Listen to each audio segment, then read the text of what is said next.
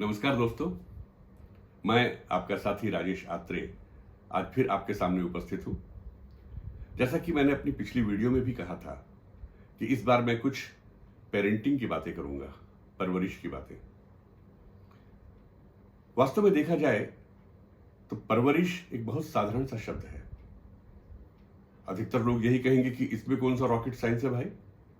सदियों से सभी माँ बाप अपने अपने बच्चों को पालते ही तो आ रहे हैं। जी हाँ, सिर्फ पालते ही आ रहे हैं। उन्हें अच्छे स्कूल में भेजते हैं, उन्हें या यूं कह लीजिए कि महंगे से महंगे स्कूल में भेजते हैं, अच्छी किताबें लेकर के देते हैं, अच्छे कपड़े देते हैं, अच्छा खाना पीना देते हैं। और फिर जब बच्चे बड़े हो जाते हैं तो उनकी अच्छे घर में शादी करके अधिकतर माँ बाप यही सोचते हैं कि उन्होंने बेस्ट पेरेंटिंग कर दी। नहीं दोस्तों, पेरेंटिंग सिर्फ इतनी ही नहीं है। पेरेंटिंग एक साधना है, साधना जो कि बच्चे के जन्म लेने से पहले से शुरू हो जाती है। चौंक गए ना? वास्तव में यही हकीकत भी है मेरे भाई कि पेरेंटिंग बच्चे के जन्म लेने से पहले से माँ बाप के मन में शुरू हो जाती है और उन लोगों को अपने आप को मानसिक, शारीरिक और भावनात्मक रूप से तैयार करना पड़ता है और उसके बाद एक बच्चे का जन्म होता है। बच्चे के जन्म से पहले जब बच्चा गर्भ में होता है उस समय में भी पेरेंटिंग बहुत बड़ा रोल अदा करती है। मैंने बहुत सारे ऐसे माँ बाप को देखा है, ऐसे बहुत सारे पिताओं को भी देखा है जिन्होंने बच्चे के जन्म से पहले से ही प्लानिंग करते समय ही अपनी कई बुरी आदतें, जैसे स्मोकिंग मान लीजिए, और भी कई ऐसी आदतें हो सकती हैं जिन्हें उन्हें छोड़ दिया। अपने आप को पहले एक जिम्मेवार मां के रूप में, जिम्मेवार बाप के रूप में बनाया और उसके बाद बच्चा गर्भ में आया। चलिए, अब बच्चा गर्भ में आ गया है तो क्या करें? क्या डॉक्टर से मिलकर के दवाइयां पूछते रहें, दवाइयां लेते रहें और 9 महीने इंतजार करते रहें कि बच्चा जन्म ले लेगा? नहीं दोस्तों, पेरेंटिंग का सबसे महत्वपूर्ण जो दौर है वो यही है जब बच्चा गर्भ में होता है।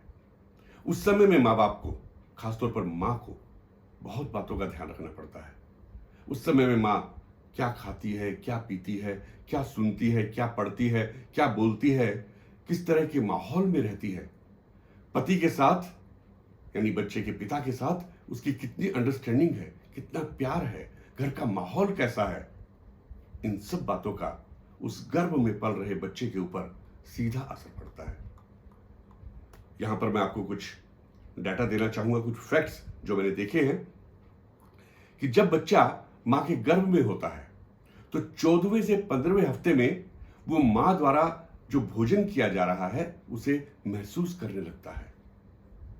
स्वाद आता है या नहीं आता ये मैं नहीं कहूंगा, लेकिन हां, मां क्या खा रही है इसका बच्चे के मन पर फर्क पड़ता है। और फिर जब बच्चा बड़ा होने लगता है तो उसकी जो फूड हैबिट्स बनती है ना, वो इसी तरह से बनती है कि उस समय में मां क्या खाती थी।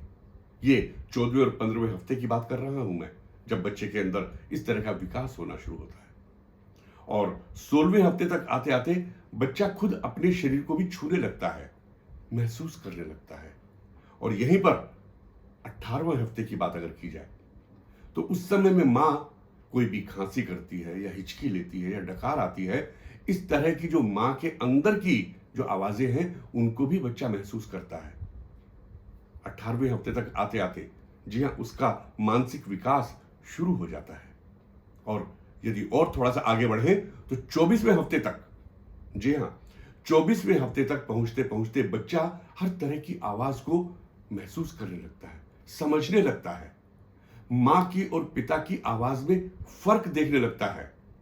कहीं जोर से आवाज आ रही है तो बच्चा गर्भ के अंदर हरकत करता है, कहीं सूदिंग म्यूजिक बज रहा है तो उसे भी महसूस करता है।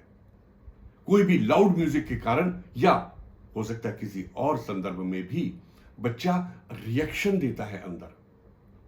बच्चा लात मारता है पेट में, ये तो आमतौर पर आपने सुना ही होगा। ये बच्चे के रिएक्शंस हैं जो बच्चा आसपास महसूस कर रहा है।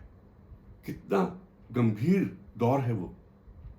इसलिए उस समय में पेरेंटिंग का असली माँ बाप का फर्ज बनता है कि वो अपने आप को बच्चे के साथ, चाहे बच्चा उन्हें नहीं देख पा रहा है, वो बच्चे को नहीं देख पा रहे हैं, पर वे एक समझदार माता पिता बने, उस तरह की हरकतें करें, उस तरह की बातें करें, उस तरह के माहौल को तैयार करें जिस तरह का वे बच्चा चाहते हैं। बहुत सारी ऐसी कहानी आपने सुनी होगी, जिसमें अभिमन्यु की कहानी तो आप सब जानते ही हैं कि अभिमन्यु ने किस तरह से गर्भ में ही चक्रव्यूह में घुसना सीख लिया था।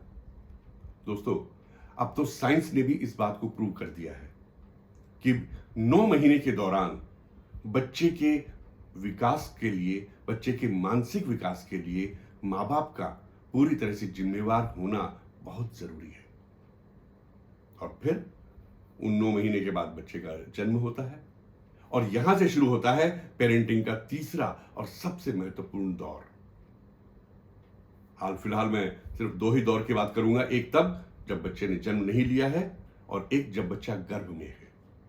इसके बाद के आगे के दौर की बातचीत अगली वीडियो में फिर मिलते हैं आपसे। तब तक के लिए नमस्कार।